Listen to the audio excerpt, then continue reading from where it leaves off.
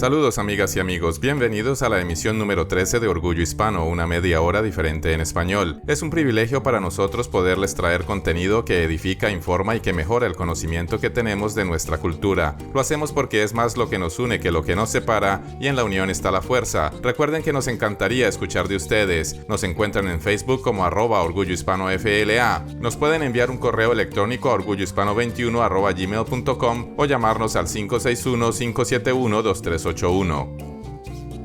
Comenzamos con nuestras efemérides.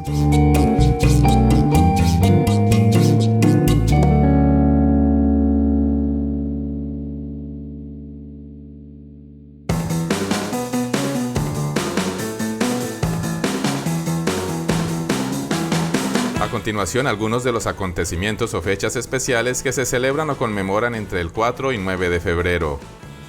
El 4 de febrero de 1976, Guatemala despertó violentamente a un sismo de 7.5 grados en la escala de Richter. En él murieron no menos de 23,000 personas y 77,000 sufrieron heridas graves. Alrededor de 258,000 casas quedaron destruidas y cerca de 1.2 millones de personas quedaron sin hogar. Todo ocurrió a las 3:01 de la mañana. La fase de destrucción solo duró 49 segundos, con la energía equivalente a la explosión de 2,000 toneladas de dinamita. El epicentro se localizó a más de 160 kilómetros al noroeste de la capital, en Los Amates y Zabal, a unos 5 kilómetros de profundidad en la parte oriental de la falla de Motagua, que forma parte de la frontera tectónica entre las placas norteamericana y la del Caribe. El movimiento telúrico causó una ruptura visible de 230 kilómetros a lo largo de la falla del Motagua, desde Puerto Barrios en el oriente hasta Chimaltenango en el occidente. La intensidad máxima se observó en algunos sectores de la capital, Mixco y en Hualán, Zacapa, observada en un área total de 33,000 kilómetros cuadrados. Chimaltenango fue el departamento más afectado, pues registró casi 14,000 muertos. En ese entonces, las casas que eran construidas de adobe en su mayoría quedaron reducidas a escombros, lo cual dificultó la búsqueda de desaparecidos y de sobrevivientes. Aproximadamente 250,000 casas de adobe quedaron destruidas, aunque Guatemala es un país altamente sísmico. Según las autoridades, desde aquel evento natural no se ha registrado otro con igual impacto. El 6 de febrero de 1824 nace en Ciudad de México el médico, escritor e historiador José María Marroquí, quien es recordado por sus aportaciones históricas sobre la vida en la capital del país, que plasmó en su obra La Ciudad de México, que tiene 3 volúmenes, resultado de 20 años de investigación. De acuerdo con la biografía del historiador publicada en el portal de internet humanistas.org.mx, interesado por las leyes se disponía a estudiar Derecho, no obstante optó por cursar la carrera de medicina, que concluyó en 1847. Durante la invasión norteamericana, José María Marroquí se integró a los polcos, con quienes combatió al enemigo y prestó importantes servicios médicos. Posteriormente trabajó para el Hospital de San Andrés, del que llegó a ser director supernumerario. A lo largo de la presidencia de Ignacio Comonfort, quien fue su amigo, fungió como su secretario particular. En 1861 fue electo diputado al Congreso de la Unión y el año siguiente, en la Batalla de Puebla, fue comandante del Cuerpo Médico Militar. Durante 20 años se dedicó a la creación de su obra más famosa, La Ciudad de México, para la cual, de acuerdo con el cronista e historiador mexicano Luis González Obregón, alternaba sus diarios paseos matutinos y vespertinos por la calzada de la Reforma y la Alameda, su sitio predilecto, charlando con amigos bajo los árboles o en los billares del Hotel de Iturbide. La Ciudad de México, de la cual publicó 3 volúmenes, contiene un caudal de informaciones sobre costumbres, creencias populares, tradiciones, fiestas religiosas y civiles, cédulas, reales órdenes y otros documentos legislativos respecto a encomiendas y de la esclavitud de los negros y de los indios.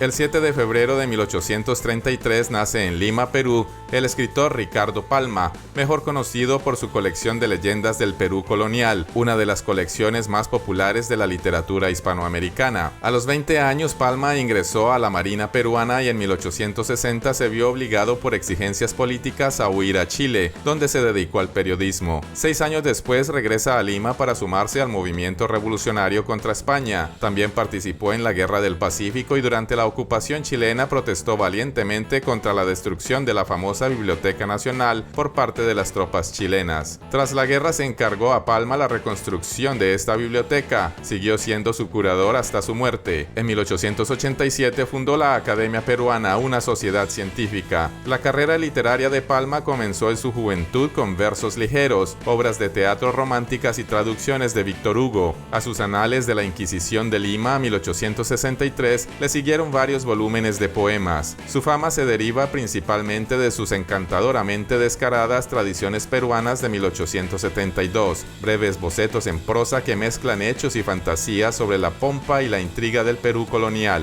Sus fuentes fueron los cuentos populares, las leyendas y los chismes mordaces de sus mayores, además de fragmentos históricos extraídos de la Biblioteca Nacional. Los primeros 6 volúmenes de esta serie aparecieron entre 1872 y 1883.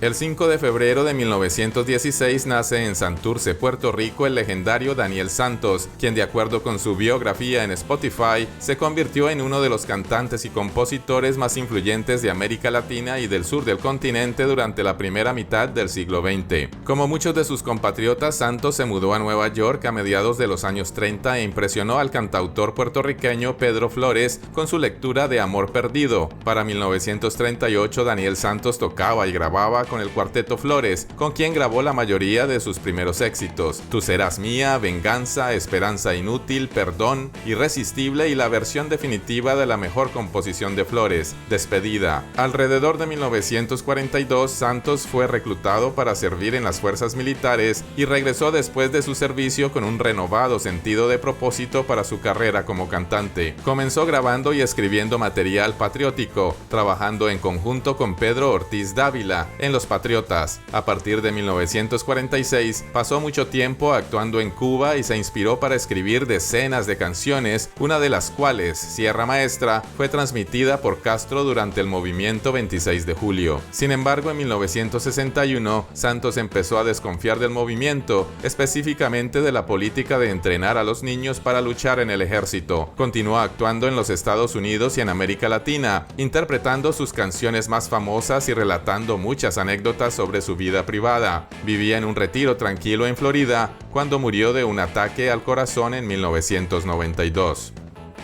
En Venezuela, el 4 de febrero de 1992 tiene lugar el fallido golpe de Estado encabezado por los oficiales del ejército Hugo Chávez, Francisco Arias Cárdenas, Joel Acosta Chirinos, Jesús Urdaneta y José Miguel Ortiz Contreras, integrantes del movimiento bolivariano revolucionario. El intento de golpe de Estado en Venezuela de 1992 se produjo a raíz de una crisis que determinó el presidente Carlos Andrés Pérez a lanzar un paquete de medidas neoliberales que contaban con el apoyo del Fondo Monetario Internacional. Estas medidas agravaron aún más la situación económica del país y dieron origen a disturbios, protestas violentas, saqueos a gran escala y una fuerte represión por parte del ejército. La consecuencia más obvia de estos incidentes fue la inestabilidad política y la creciente desaprobación de la administración de Pérez. El 4 de febrero de ese año, algunas fracciones de las Fuerzas Armadas de Venezuela, autoidentificadas como Movimiento Bolivariano Revolucionario, se alzaron contra el gobierno constitucional. La rebelión estalló en varios puntos del país como Caracas, Maracaibo, Valencia y Maray, y estuvo liderada por el comandante Hugo Chávez, quien organizó el motín en la ciudad de Caracas con el objetivo de capturar al presidente que llegaba de una conferencia económica en Davos. Así, la ciudad fue tomada por tanques de guerra y unidades de paracaidistas que buscaban controlar el Palacio de Miraflores donde se encontraba el presidente. Sin embargo, sus objetivos rápidamente se vieron frustrados por el accionar de las milicias que permanecieron fieles a las autoridades gubernamentales. Una vez desarticulado el movimiento, Chávez admitió su derrota ante la prensa y anunció la suspensión de la movilización en las otras ciudades del país. Chávez y varios de sus seguidores fueron encarcelados, pero 2 años más tarde fueron indultados por el gobierno de Rafael Caldera.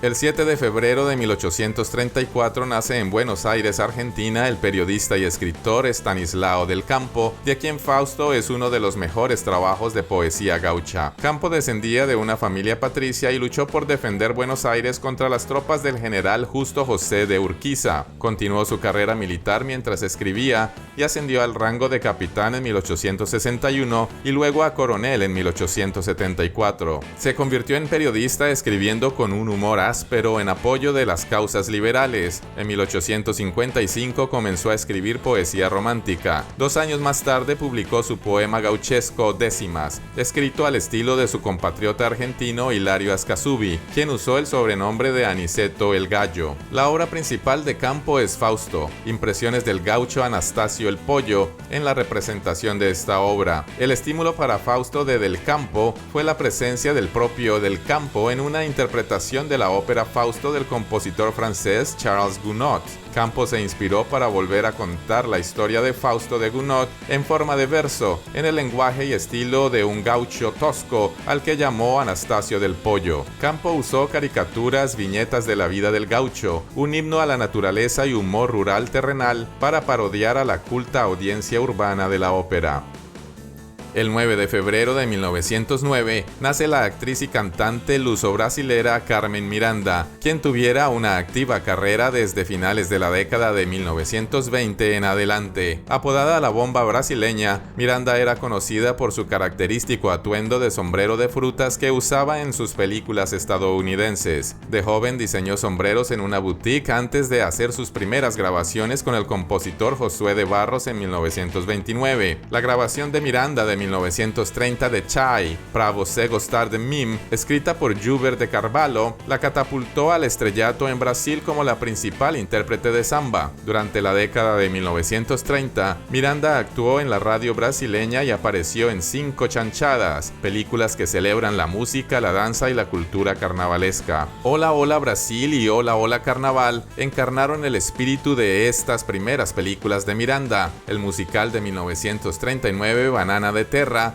dirigida por Rui Costa, le dio al mundo su imagen de bahiana, inspirada en los afrobrasileños del estado nororiental de Bahía. Miranda hizo 14 películas en Hollywood entre 1940 y 1953. Aunque fue aclamada como una actriz talentosa, su popularidad disminuyó al final de la Segunda Guerra Mundial. Miranda no gustaba del estereotipo de bomba brasileña que había cultivado e intentó liberarse de él con un éxito limitado. Se centró en las apariciones en clubes nocturnos y se convirtió en una invitada habitual en programas de variedades de televisión. A pesar de ser estereotipada, las actuaciones de Miranda popularizaron la música brasileña y aumentaron la conciencia pública sobre la cultura latina.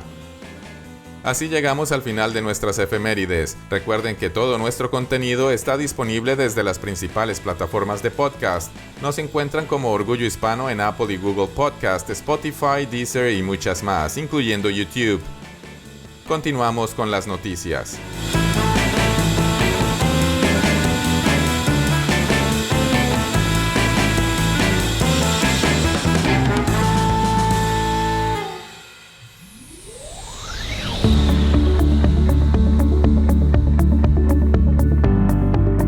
El gobernador de Puerto Rico anunció el lunes 7 de febrero que alcanzó un acuerdo para dar paso a un aumento salarial de $1,000 mensuales para los educadores del país. Según el gobernador, el aumento será cubierto en un inicio con dinero federal del Fondo de Ayuda de Emergencia para Escuelas Primarias y Secundarias y espera que se cubra en un futuro con fondos estatales. Además, desde el 1 de febrero del 2023, en vez de un aumento de $470 que ya estaba aprobado por la Junta de Supervisión Fiscal, van a recibir $1,000 y la diferencia de $530 vendrá de fondos federales. Los fondos federales son de carácter temporal y estarán disponibles hasta septiembre del 2024, indicó el gobernador. Agregó que la expectativa es que el gobierno pueda identificar los fondos locales necesarios para que el aumento sea permanente. Miles de educadores del sistema público marcharon el pasado viernes del Capitolio a la Fortaleza para protestar en contra del plan de ajuste de la deuda y pedir mejoras salariales. El Servicio Nacional de Meteorología de San Juan reportó el sábado 5 de enero que las lluvias que han caído en diversas partes de Puerto Rico rompieron el récord de precipitación establecido el 1 de febrero de 1998. De acuerdo con esta institución, la cifra registrada fue de 1.5 pulgadas, rompiendo el anterior registro de 0.8 pulgadas. Sin embargo, según el servicio, se espera que el récord aumente aún más, pues se espera más lluvia en el país. La cifra fue registrada en el aeropuerto Luis Muñoz Marín.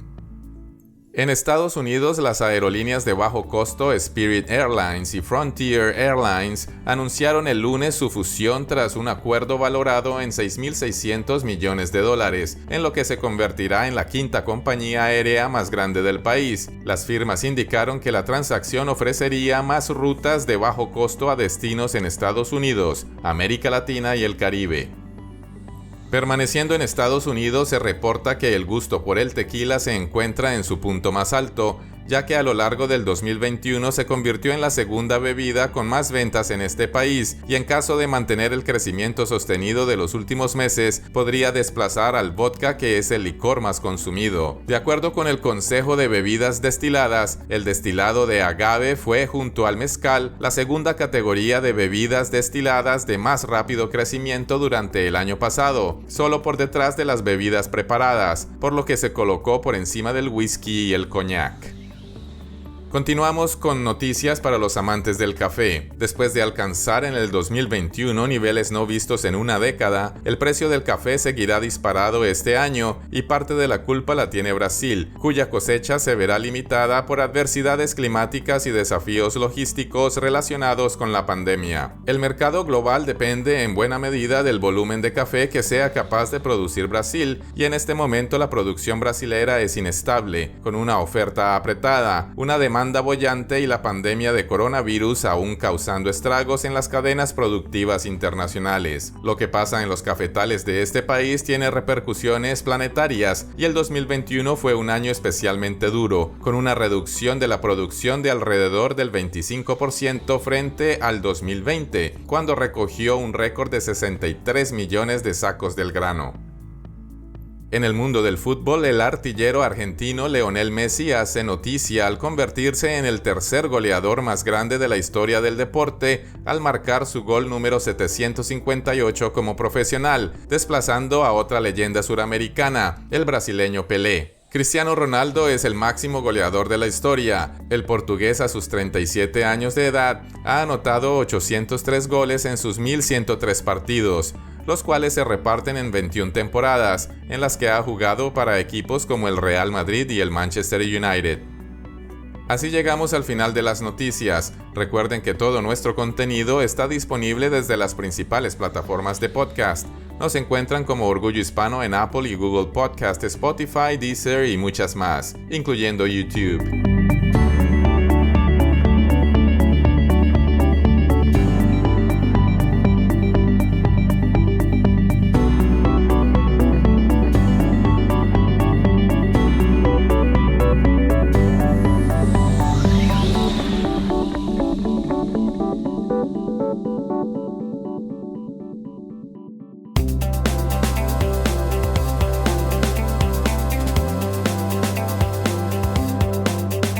Esta semana en Aportes Hispanos continuamos hablando de científicos e inventores de nuestras tierras que han aportado al avance de la ciencia y la humanidad en general.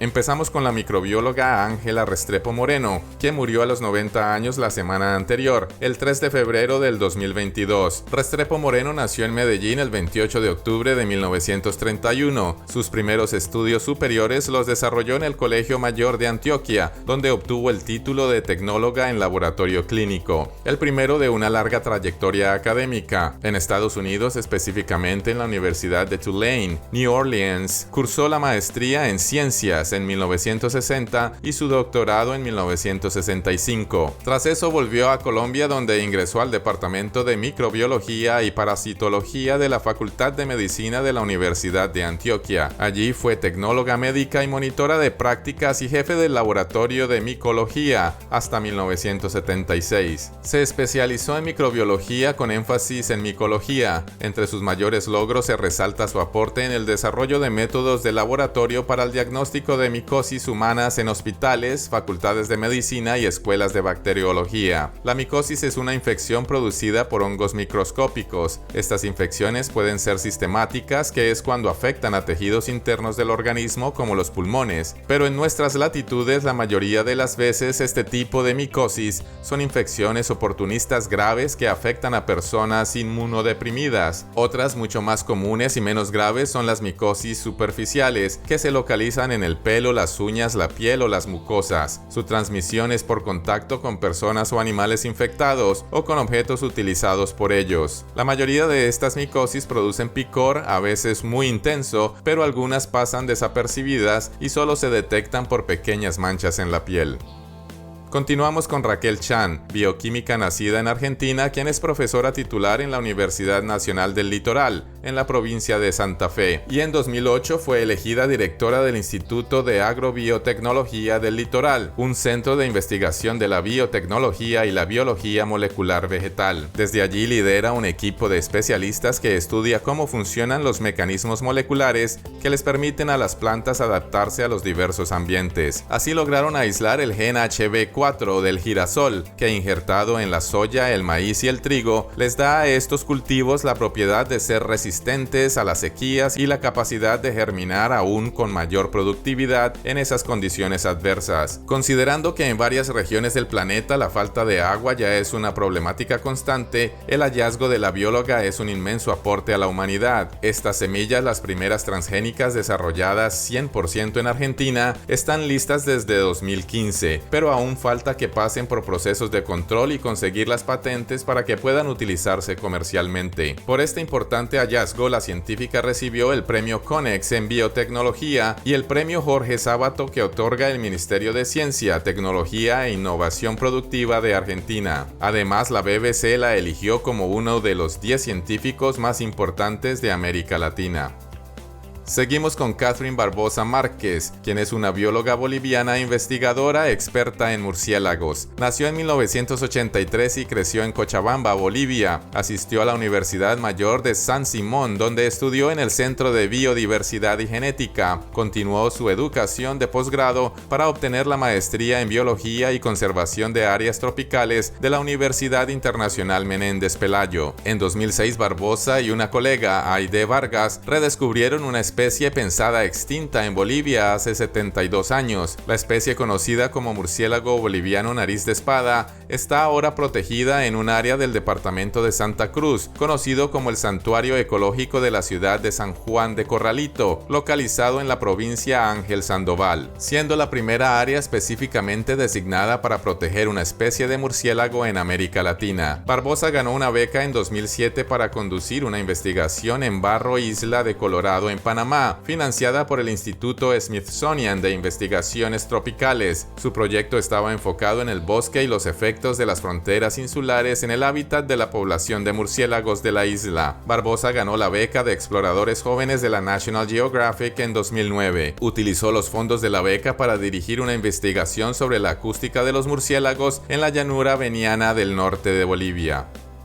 Pasamos a María Teresa Ruiz González, quien es una astrónoma de la Universidad de Chile y se tituló en 1971. Es además máster de la Universidad de Princeton de 1973 y doctora en astrofísica de la misma institución. En 1976 realizó un postdoctorado en el Observatorio de Trieste, Italia. Luego, en 1977, fue astrónoma visitante del Instituto de Astronomía de la Universidad Nacional Autónoma de México. Y en 1978, científica visitante en el Instituto Goddard de Estudios Espaciales de la NASA en Nueva York, Estados Unidos. En 1997 descubrió la primera enana café. Se preguntarán, ¿qué son las enanas café? Muy buena pregunta. De acuerdo con el sitio web astronomos.org, las enanas café son casi estrellas. Se tratan de esferas de gas, hidrógeno y helio principalmente, producidas por la contracción gravitacional de las nubes moleculares que habitan el medio interestelar entre los brazos de las galaxias. Actualmente conocemos más de 5.000 nubes moleculares que están produciendo estrellas nuevas en su interior y deben estar produciendo también cantidades masivas de enanas cafés. ¿Cuál es la diferencia entre una estrella y una enana café? Que las enanas café no son estrellas. El estatus de estrella solo lo pueden alcanzar aquellas esferas gaseosas cuya presión interna y temperatura son lo suficientemente elevadas para desencadenar y sostener reacciones de fusión nuclear. Una enana café es incapaz de sostener reacciones termonucleares, es por lo tanto un objeto frío, una estrella fallida.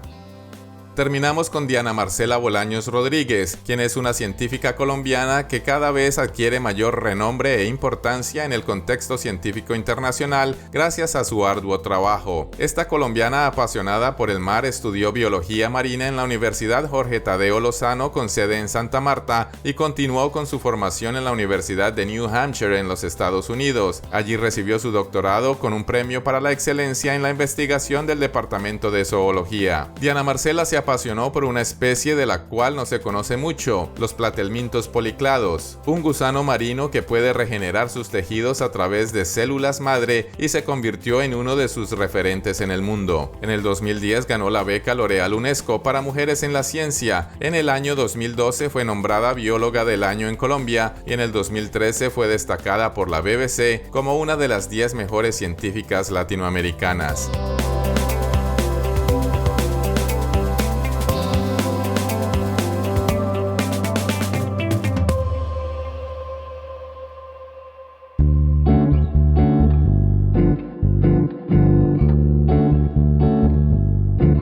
Una vez más llegamos al final de nuestro programa. No olviden comunicarse con nosotros en Facebook. Nos encuentran como @orgullohispanofla. Desde esta plataforma, utilizando el Messenger, nos pueden enviar mensajes. De la misma forma, nos pueden enviar un correo electrónico a orgullohispano21@gmail.com o llamarnos al 561-571-2381. Todo nuestro contenido está disponible desde las plataformas más populares de podcasts, incluyendo YouTube. Cuídense y manténganse saludables. Recuerden que todos somos Orgullo Hispano.